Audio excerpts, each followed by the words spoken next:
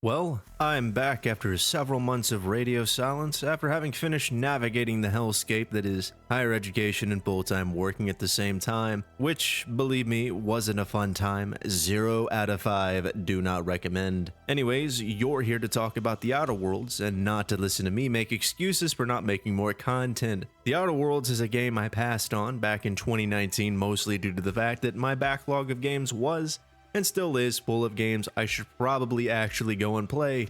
And well, here we are now. Anyways, after the release of The Outer Worlds, I frequently heard that Bethesda was finally in trouble. Fallout is going to be dethroned.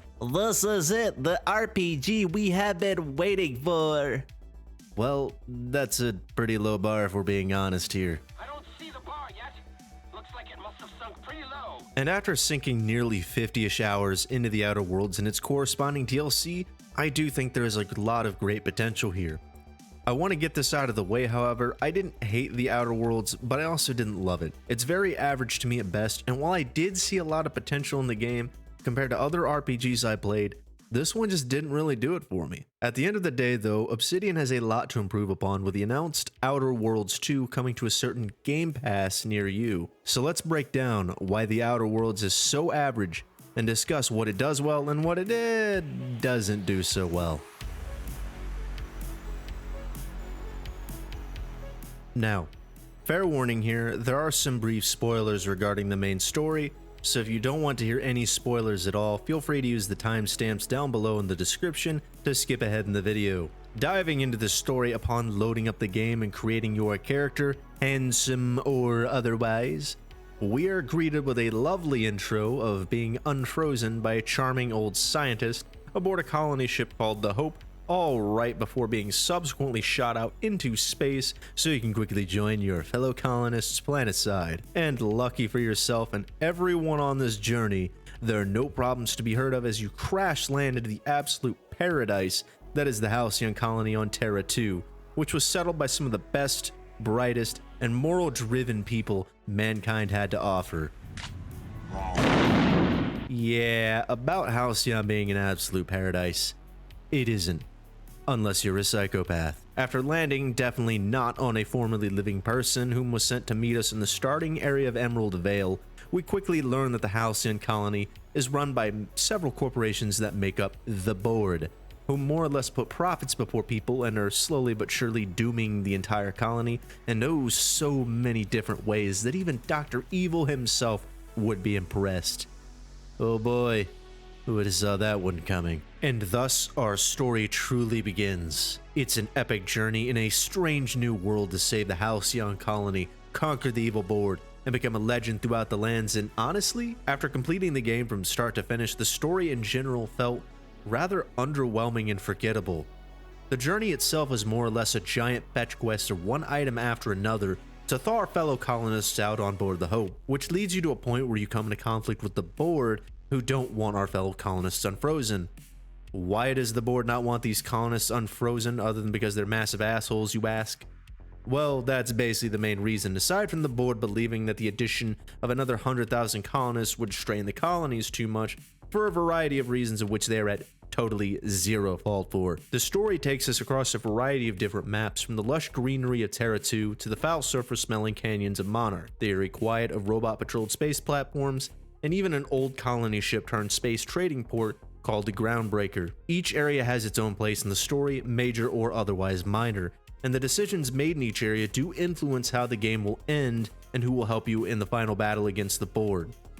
Unless you're just a dick, in which case no one helps you in the final battle at all. But then again, you'll probably still be fine because you're probably max level at this point with some of the best weapons in the game, and by this time, you're basically a T-800 in space. In some of these areas, we come across different companions who accompany us on this journey, and then eventually decide that the two starting area companions are basically the only ones aside from one other worth having around, while the rest of our companions do nothing but sit on the ship. Each companion does have their own mini-series of side quests, and these were generally enjoyable, minus Sam's, whose questline is simply getting a single part to power him up. As a matter of fact, I enjoyed the companion side quests much more than the main storyline. They were simply more compelling, and my personal favorite had to be Vicar Max's side quests. Anyways, back to the main story. The main story sounds solid at first, but unfortunately, like many RPGs in the past that have used the same formula we get in the Outer Worlds, the main story itself is just gum and string held together to give us something to do when we get bored or finish the side content. Now, the side content and faction quests overall are simply more enjoyable to navigate, and for some reason though, what seems to be the central villain to the main story, the Board, is basically non-existent and primarily mentioned in name only. They really don't do anything at all, and at no point does it feel as if they are actively sabotaging your chances of overtaking their influence. As a matter of fact, we as the player just sort of show up and take over with the attitude of, yeah, this is mine now, and basically no one tries to stop us. Sure, there are a few corporations we deal with in-game through faction-specific quests, but even then, they're just sort of there as set pieces, which heavily leans into my biggest issue I had with this game, which I'll cover later in the video. Overall, if you take anything from this, the main story in general, it's just weak. For me, it lacked tension and impact, and while it had a couple compelling parts toward the end, it feels like the story should have been longer and had more depth. As I mentioned, the side quests and content is where the enjoyability in this game really comes from.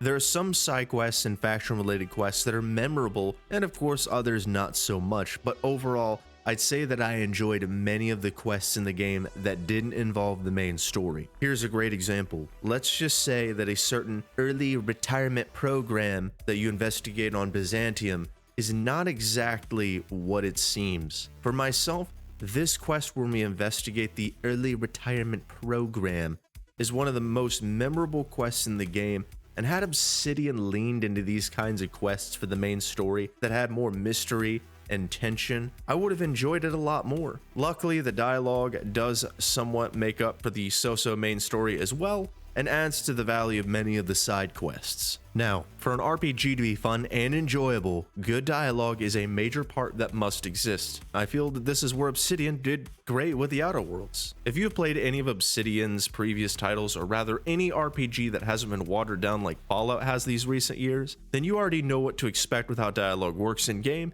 and no further explanation is needed. If you haven't played an Obsidian game before, shame on you, but the dialogue boils down to skill checks and simply selecting which middle finger you'd like to give to the NPCs. I found the overall dialogue to be very enjoyable. It mixes in plenty of humor and left me with what I felt were entertaining moments with NPCs. Still, while overall the dialogue was solid and I did enjoy myself for the most part, this was mostly in the first half of the game. I think this also had to do with the fact that my character by this point was maxed out after finishing all the quests on Monarch and completing a run of the Murder on Eridanos DLC. Basically, I got to a point where the gameplay loop didn't really matter, and by this point, I wasn't invested in the main storyline either.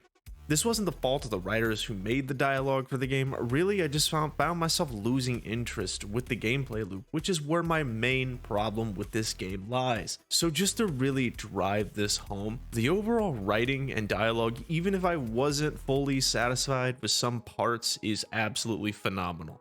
If there is a reason to play the Outer Worlds, it's specifically for the writing in general, which is rare to say these days. So let's talk about the gameplay. I can live with a so-so main story, even a poor main story, when there are good side quests, enjoyable dialogue with NPCs, and a solid gameplay loop. But the core gameplay loop here feels so empty and surface level that it really hurts the overall experience. Starting with the game's world, nothing dynamic ever occurs in the many areas of the game, and for a game that feels similar to Fallout in many aspects down to the interactions with NPCs, and post-apocalyptic style vibe in space, for me this is a missed opportunity. While each individual area of the game looks different and is generally unique, eventually it feels dull because nothing happens in these areas other than shooting more of the same enemies over and over. You won't come across roaming patrols, random encounters, or dynamic battles occurring as you traverse the many open areas of the game. Sure, you'll have the Marauder clone army and several beasts respawn in different ways each time you come back to some of these open areas,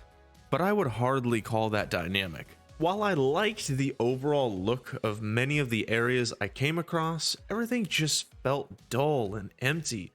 The worlds are in fact beautiful and the art style is amazing, but it honestly felt more like walking through an attractive painting instead of being part of a living, breathing world. This could just be the limitations of this style of RPG, where everything is supposed to be a giant theater set piece. But I really would have liked to see something more dynamic. Things such as random encounters, random world events that may or may not occur in a single playthrough, and even just a more interactive NPC routine that goes along with the day and night cycle would be a major improvement. The combat is serviceable, and for an RPG it's not the center point, nor should it be. However, the combat, while okay for what it is, could have been done better. You'll generally just shoot the same enemy types over and over again with little variation. I mean, it gets old fighting the same marauders that have the same tactics with the same weapons and the same armor on multiple worlds throughout the entire game. You also more or less point and shoot at bullet sponge enemies that mainly either run straight at you like they're war boys from Fury Road, or stand out in the open just to tank all of your bullets. They don't use any sort of tactics and mostly don't have any abilities that I really noticed during my playthrough. On the other hand, you do have an ability that allows you to slow down time, which is kind of cool, but this never gets expanded upon. Speaking of abilities, your companions have special attacks you can use against opponents, and while they're cool at first, the same thing applies here. They aren't expanded upon either, and you can't set up your companions with other abilities. Plus, you have to watch a cutscene every time their ability is used, which gets old after a while, especially considering the ability is the same every single time. Anyways, I know the combat is not the center point, but you end up doing a lot of it, and adding in more abilities and expanding on what both you and the AI is capable of will be a great improvement here that could add some variety to what feels like a very repetitive system. The weapon and armor system is decent. I don't have much to say on this, as the weapons and armor don't exactly reinvent the wheel. If you've played Obsidian's older title, Fallout New Vegas, then you already know what to expect here. Some armor pieces are unique and come with additional buffs, and other armor pieces don't provide much benefit at all. I think the overall look of the armor is pretty good, in particular for the special armors that you find, though I would have liked to see something a little bit more unique and memorable. The same thing applies to the weapons as well.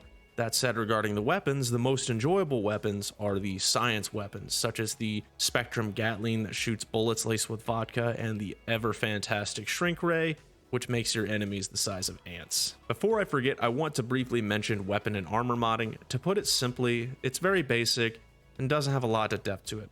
You'll constantly get the same mod over and over again, and really these mods are only going to add basic stats or buffs to your weapons and armor. Now, as far as upgrading your weapons and armor is done, you go to a workbench and you just slap money on everything. And I am 100% serious here. You just slap money onto your stuff and it just gets better. Now, this isn't something that's too big of a deal to me, but with all the items that you loot in this game, I really would have loved to have seen this expanded upon. Speaking of money, there is basically no use for money other than for upgrading your weapons and armor. I mostly found no reason to use it at any other point. None of the merchants nor the vending machines really had anything I wanted, considering I was geared out at all times and basically looted everything in sight throughout every area within the game, to the point I made merchants obsolete by being a giant loot goblin. Could this matter more if I played the game on Supernova difficulty? Sure, but come on, difficulty shouldn't be what makes merchants in a game interesting. Briefly mentioning stealth just to cover it here. Stealth isn't really useful unless you force yourself to use it. It's as basic as stealth comes. Either an enemy sees you, their meter fills up, and the doom music kicks in, or they don't see you at all. Really not much more to say here. The same goes for pickpocketing and theft, and honestly, I was literally swimming in money, ammo, and other random bits of junk I picked up everywhere else in the game, that I never really felt the need to use these mechanics. Since NPCs are mostly static, you can usually just walk into a room and take anything that isn't nailed down anyways as well, and there really aren't any consequences to doing so if you need to use this. Touching up on the skill system here for a moment, it's a skill system. If there is a particular skill you want to invest in, you invest those points and that's it. It's standard, and it's the same thing you have probably already seen many times before. There are also traits that you pick up as well, and they're kind of lame. It's basically, do you want to run slightly faster, do 10% more damage, or maybe get 3 seconds added to your time dilation ability. Up to this point, I haven't really mentioned the DLC, Murder on Eridanos or Peril on Gorgon. The DLC itself is pretty good overall, that adds 2 new areas, a host of brand new characters to interact with that I think are solid overall, decent stories that I think are still better than the main storyline in the base game, and a few unique weapons that are fun to play with. The DLC does add a whole new problem, however.